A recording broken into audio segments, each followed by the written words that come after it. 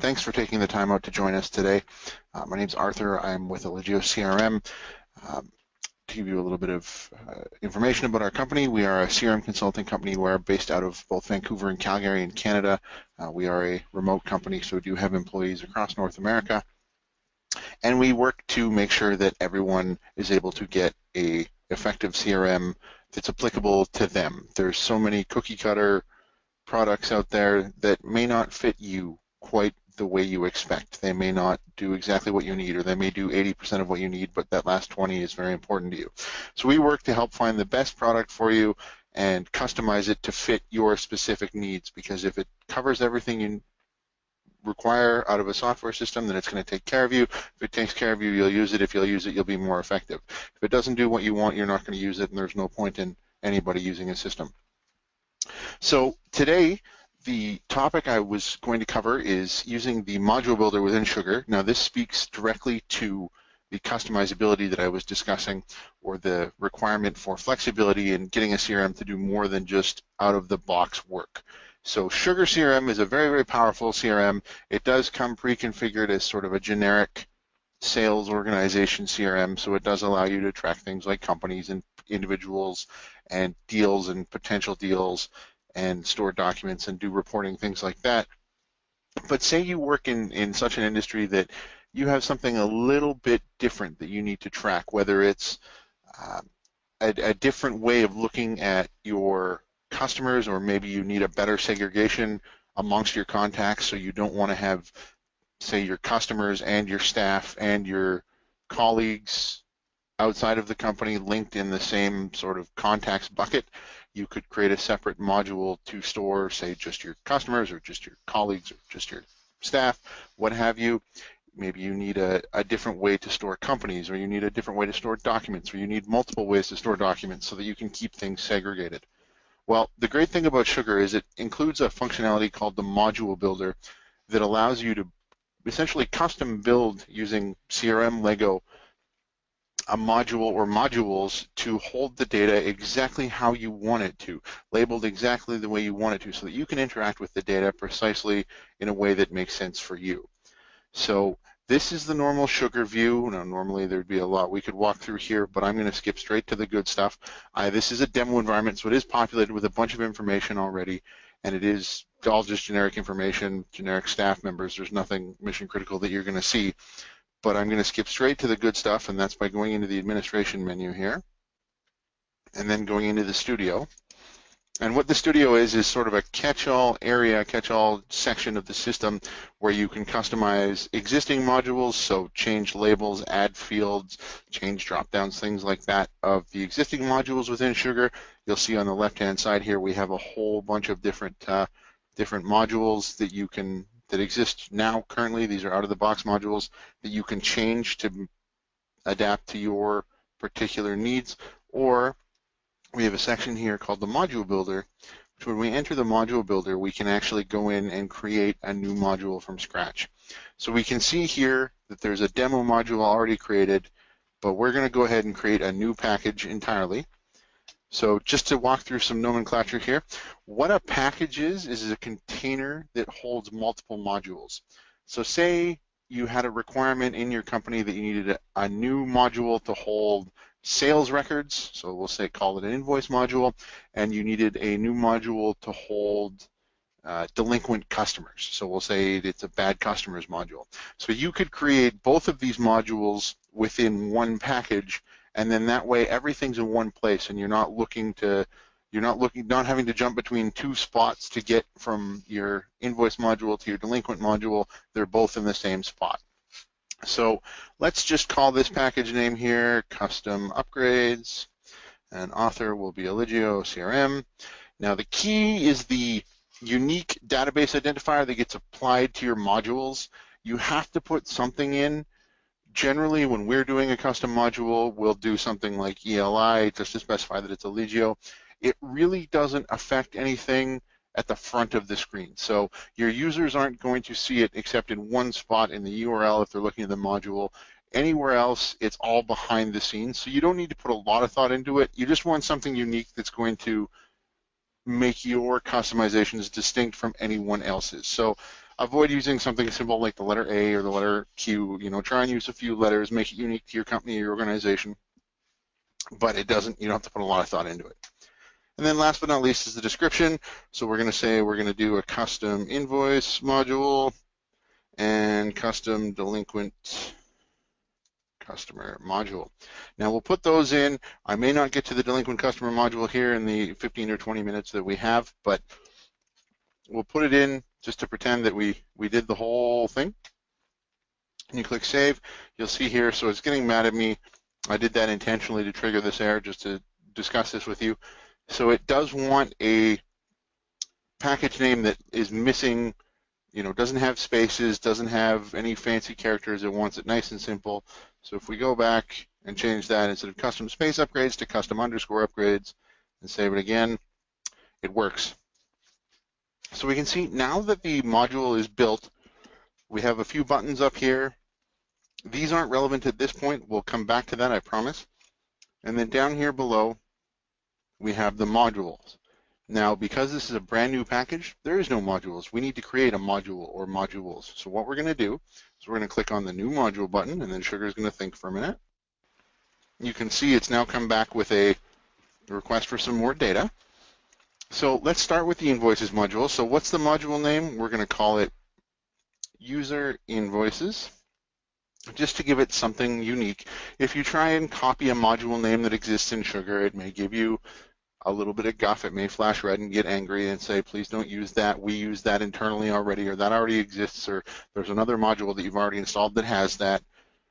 That's the whole point of the key, is it's supposed to avoid that sort of overlap, but it may still give you a guff. So try and be as unique as possible.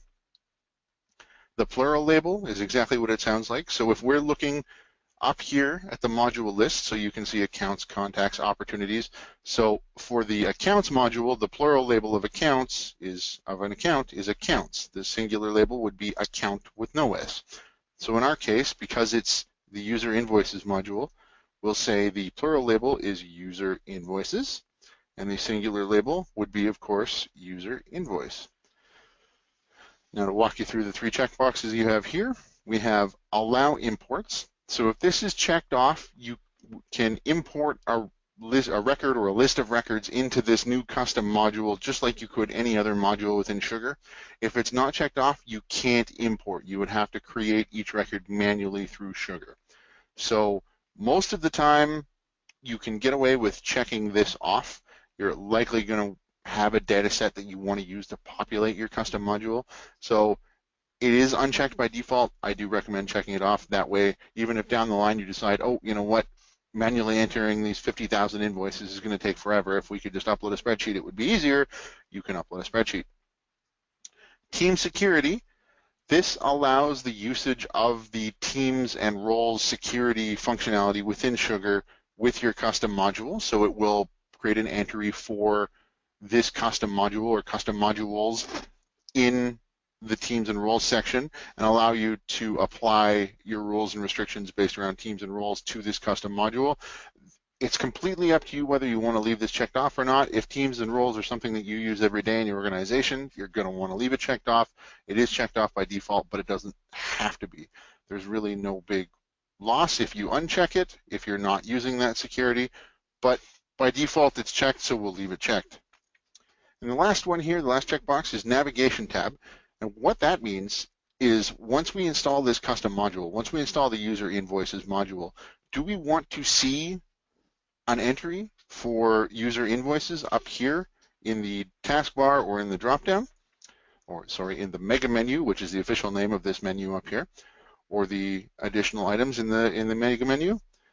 That is entirely up to you. A lot of people will create a custom module that is, say, specifically designed to be related to something else. So, for example, with user invoices, we might only want it to show up as a subpanel when we're looking at an account. We might not want people to just go be able to browse through the user invoices willy-nilly. We might want them to only see the user invoices for company ABC when they're looking at company ABC. So, again, navigation tab depends on the functionality of what you're looking to do. But we're going to leave it checked for now so that we can see the default behavior. And then the last selection we have to make here is the type of custom module that we're building. Now, you'll see some descriptions over on the right-hand side. It's a little clipped because I have this menu open. But if we look at basic, it's just a basic sort of field set. So it gives you a module and it predefines a few fields such as the name, the user it's assigned to, the team it's assigned to, the date created, and the description. So it's very, very basic, just like the name says. If we look at the company, it's the same as the basic, plus it gives some more organization-specific fields, such as what's the name of the company, what's the industry of the company, and what's the billing address of the company. So this is basically letting you pick the skeleton of module that you want to start with. Just to quickly run through the other ones here, file is more specific to documents, issues is very, very similar to the bugs module, person is very, very similar to the contacts module, and sale is very, very related, very, very similar to the standard opportunities module. So really, depending on where you want to start, you can make the choice there. And honestly, if you pick the basic and realize down the line, oh, I should have picked company, I should have picked person, I should have picked sale, whatever, it basically just means you have to add 6 or 8 more fields that aren't pre-entered for you. So it's not the end of the world if you choose the wrong one. In our particular instance, we do want to pick basic, though. We'll start with the bare minimum, and I'll show you how we can build out on that. So once we've selected our type, and you can see we can jump between here, but we're going to go with basic, then we'll click save, and naturally Sugar will do some thinking. And we'll see here, we now see basic under here, so the other options are gone. The choice has been made. It's a basic module. We have some buttons here. We can save it, we can duplicate it, we can view the fields, we can view relationships, view layouts, view mobile layouts, or we can delete this module entirely. As well, on the left-hand side here, we have the ability to look inside our custom upgrades package, see our user invoices module, and then see the same information as these buttons here, so fields, labels, layouts, mobile layouts, subpanels. So first things first, let's look at the fields. So because we picked a basic module, we got exactly what it said. We got the date entered, date modified, deleted, description, and name. So there's really nothing, there's not a lot of data we're capturing. Really the only thing that we have direct input to with this module would be the name and the description. So we could absolutely install this module within SugarCRM right now, and we would get a module that let us put the name of something and the description, and that's it. We couldn't put any other data in, we couldn't store any other information. It would be a straightforward 2-field module, and it wouldn't be a lot of use to us. But this is where the flexibility comes in. We can now start adding fields. So we can click the Add Field button. You can see up here we have a number of field types.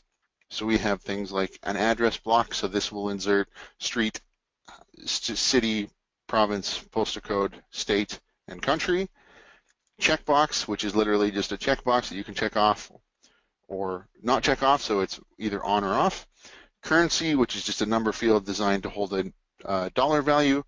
Date, which is your standard year, month, day, date. Date time is year, month, day, date plus your time of day. A decimal field is meant to hold fields like 1.3 or values like 1.35 or 2.723. Your average decimal numbers. It's very similar to currency, but it's not treated as a dollar value and doesn't get any of the currency conversion applied to it. An encrypted field, which is a field that's encrypted behind the scenes in the database. So this is useful if you're storing passwords or need to store other sensitive information, because this will encrypt it in the database behind the scenes behind Sugar. That way, should your database ever be compromised, people can't just go through and pick, say, a password for a third-party website that you're storing in Sugar out of thin air. It's encrypted and would likely be very difficult to decrypt. A drop-down menu is exactly what it sounds like. It's a drop-down menu much like this one, where you have one or more choices of which you can only select one. A float, so this is used for very, very small numbers, so very, very long decimal numbers that are below -1, such as 0.00007293211212. Very rarely is it used, but in some applications where you have certain math being calculated, you may find that it is useful. HTML is literally a text box where you can insert HTML and have Sugar display it in such a way like you're looking at a web page. So if you've got some unique warnings that you want displayed within Sugar or some things that you need to call attention to, HTML fields are great because you can do bold, colorful boxes and insert them in the page and have them only show up if certain criteria are met or not met. So it's really eye-catching and really useful in that regard. An iframe, literally an iframe to another web page. An image, exactly what it sounds like, an actual image that you would upload or want to store related to the record. An integer for your whole numbers. A multi-select, which is like a drop-down box like this, but where you could potentially pick more than one option rather than just being limited to one option. A FlexRelate, which is basically a field set that lets you say this particular record is related to, and then gives you a drop-down of a certain number of modules, and then once you pick which module it's related to, say accounts, contacts, reports, what have you, you then can choose the specific record from that module. So this is a very specific use case, but it is there for you to use. Phone number, radio buttons, so like a drop-down, but instead of having a drop-down menu, you've got 4, 5, 12, 1, 2, 3 options that have the radio button beside them, so you click them, you can only select one. A relate field is like a FlexRelate, but it's specified which module right off the bat, so you would say, I want to relate this to accounts, and it would only ever relate to accounts. It's not flexible, it's fixed as related to accounts, or whatever other module you're looking at. A text area, which is like a text field, which is one line of text, but it's a bigger box, so it, by default, I believe it's 80 characters and 4 rows deep, but they can type a novel in it. The upper character limit, I believe, is 65,000. So it's a fairly decent sized box. It's good for things like descriptions, or if you're going to need to copy and paste emails or things like that. A URL, which is exactly what it sounds like, a web link field, so that if you paste that in there and save the record, when you're viewing the record in non-edit mode, it will format this as a web link, so you can just click on it and go straight to whichever URL you have saved in the record. And then last but not least, the traditional text field, which is exactly what we have here, our one line of text. Now you'll see when you change the field type, it always takes a minute because it will sometimes hide fields, put fields in, move them around depending on the field type you pick, depending on the information required. So let's just really quickly here, we're going to select integer. We're going to call this invoice number. So you'll see it automatically lowercase my field names. So when you're creating field names, they have to be no spaces, much like the module name, no spaces, no special characters, no messing around. No, so try to keep that in mind. It'll save you some time. The help text is what's displayed when the user is looking at the help view through the module, so you can fill this in to help your users understand exactly what's happening. So you'll see here, there's the description. Help text appears temporarily while user hovers over the field. Comment text is only seen within Studio and Module Builder, so it's not really useful to your users, but it's useful to anybody who might be looking at this behind the scenes trying to figure out what was going on.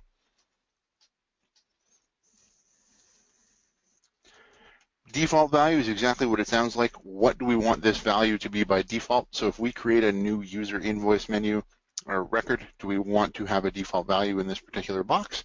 We're going to say no, because that should be something that gets filled in.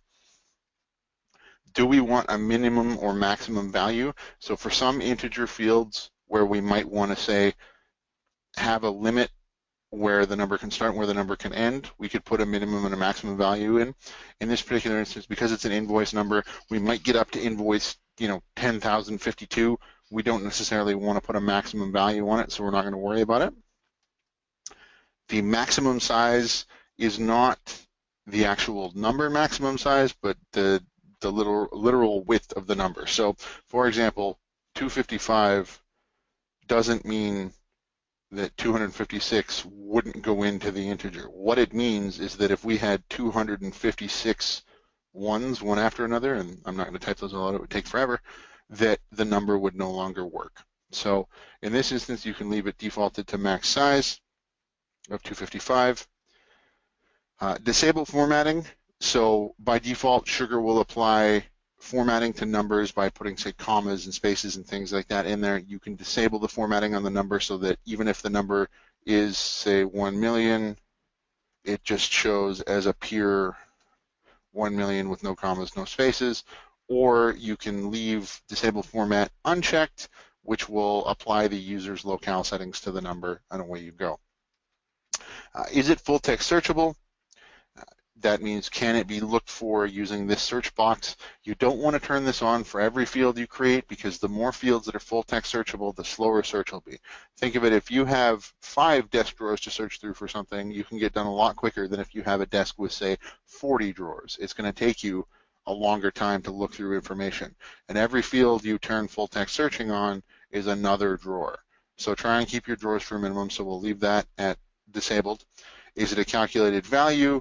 There's a number of functions that Sugar can perform on a field to pre-populate it with information based on information in this module or other modules. That's a whole other webinar in itself, so we won't go there. Is it dependent? Same thing. Using formulas, we can say if this field isn't checked, then don't show this field. But in this case, we're always going to want the invoice number, so we'll leave it not dependent. Is it a required field? Checking this box means if it is required, a user can't enter any data or save a record in this particular module without filling this field out. We're going to make it required. Is it reportable? Can we use it on reports?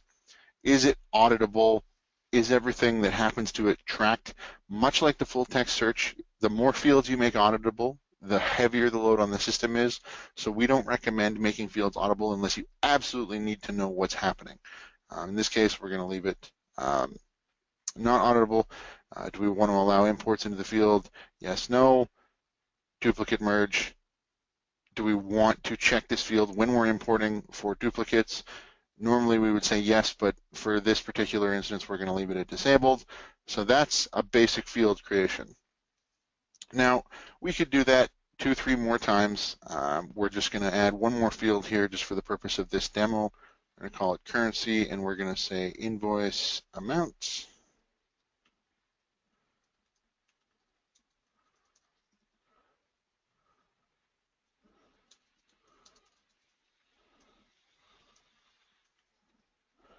All right, and we'll save that.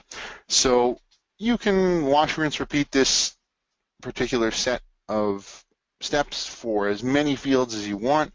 In this particular case, we're going to assume that these are the only 2 fields we want. And what we need to do is we need to go in and set up the layout. So if we look at the record view, that's like when we're looking at a specific entry for the invoice. You can see it's populated the default. We just need to put a new row or 2 on. And the nice thing about Sugar is it's all drag and drop. And we want to put the invoice amount, and we want to put the invoice number, so that when we're looking at a record, we actually see spots to put the information. We click Save. It said deploy complete and done. That means the layout's been saved. The only other thing we might want to change is if we go back to the list view layout. This is when we're looking at a list of the custom module, what information is shown. So we're going to want to see the invoice number and the invoice amount in addition to the other information. We'll save that. And then last but not least, let's give this a relationship. So by default, it's not related to anything. It would just exist as its own relationship or as its own module, but it seems likely that we would have this invoice related. Many user invoices could be related to one account. So one company could have many invoices. And we'll click Save. And once that's done, we can go back to the main parent folder of our custom module here and back to these buttons that I told you we'd come back to. So save is obvious. It saves the changes. So you can work on a module over the course of a week or 2. You can edit it, save it, edit it, save it, edit it, save it, come back to it, tweak it without deploying it. So it's always sitting here in Module Builder. Think of it like you're a giant shipbuilder. You've got a big hangar and you're working on the boat, but you're not going to push it out into sea until you're sure it's ready. If we wanted to copy it and say make some slight variations depending on the nature of the modules we're creating, we could click duplicate, and it would duplicate it for us. Deploy will actually take the package now as it is, the module, and install it into the instance of Sugar that you're building it in. Now, for most people, that's going to be exactly what you want to do. For some people, you may not want to install the module you're building in your own Sugar. It may be for somebody else's Sugar. So depending on the situation, deploy may be the button you want to use. Publish, rather than installing it, gives you a zip file that you can then download and take to another version of Sugar or another instance of Sugar and install it there through the module loader. Export takes the module builder package that you've been working on and zips it up and gives you a downloadable package that you can take to another instance of Sugar and basically rebuild in its hangar and start working on it there. So if you're going to be bouncing around, or if you've got two different systems that you work on, you can export it and move it back and forth. And delete, of course, deletes the package and all the information, all the customization we've done. But in this instance, just to show you how it works, we're going to hit deploy. I know we're coming up on the end here, so I appreciate everybody sticking with me here. But if you've got questions, now's the time to drop them in the text box, and I will certainly do my best to address them. Normally we take half an hour. I did start a couple minutes late, so I'm willing to go a couple minutes later to the end here, especially because this is still finishing up. There's a question. What happens if you need to change a module after you've deployed it? So you have two options with how you can handle that, and that's a great question, by the way. Thank you for asking. One, you can, inside Module Builder, go in and add the new fields, change the layouts, add the relationships, much in the same way that we did, and again come back and hit deploy. Now, if you deploy a module that you've already deployed, all it does is wipe out any instance of that module that was in the system and then redeploy over top of it. So when you're just starting out, that can be fine to go in and make the changes in Module Builder and redeploy it, because you haven't put any data in, you haven't done any usage of it yet, so start over, that's fine. Nuke it for more of it. However, if this is say 6 months later and you've got a number of records in your invoice module and you don't want to lose that data, then using the Sugar Studio, you could go in and make customizations to the module there, and it would then sort of expand the scope of your custom module without completely overwriting it. It ends up being a little bit more, there's a little bit more segregation of the data behind the scenes, and if you want to move it to a new system, it can make things a little bit more difficult, but there's nothing stopping you from just using the Studio rather than the Module Builder. Good question, thank you. So you can see here that this is done, and if we look at our drop-down menu, we've now got our user invoices module. Now, because this is a brand new module, there's no information in it, there's nothing there, but we're going to go ahead and create a new user invoice module. We'll say invoice for filing cabinets. What's the invoice number? We did tag this off as required. We're going to say 1001, and we're going to say it's for $500. And then, of course, what account is it related to? I happen to know that there's a JBC bank account in here, and we're going to click Save. And we've now created that particular user invoice number. And if we go into Accounts, just to show you that the relationship works in two directions, and click on JBC Bank, scroll down, the system's manually created a subpanel for us for the user invoices, and we can see that user invoice. So this is a custom module that we've created in half an hour, and most of that was me talking about things that were more explanatory than actually doing something. So you can see how powerful the module builder is within Sugar and how quickly you could customize something to meet your needs very, very specifically. I hope that helps. I hope everybody learned something. Before I call it quits here for the afternoon, does anybody have any other questions, any other things they'd like to cover? I'll give you just a minute here. See somebody typing. How many custom modules can you have? There is no maximum. I mean, obviously, the more modules you install in Sugar, the more there is going on, the more connections there are. Theoretically, the slower it could be. But that being said, there is really no limit. If you want to create 50 custom modules, you can create 50 custom modules. It's a little bit much to keep track of in your head, I think, but you can absolutely do that. And can anybody create custom modules? No. So It is limited to users that are administrators within Sugar. So as long as you have an administrator account, you have access to the module builder, you can go in and create custom modules, deploy custom modules, install other people's custom modules. But if you're just an average end user, a regular user without administrative access, you can't go in and create custom modules. You can certainly still use any custom modules that have been installed, but you can't create your own. You have to be an administrator in order to create them. Okay, well, thanks again, everybody, for joining us this afternoon. I hope everybody's weather is as nice as mine is. And take care, and we'll talk to you in a couple of weeks for our next webinar.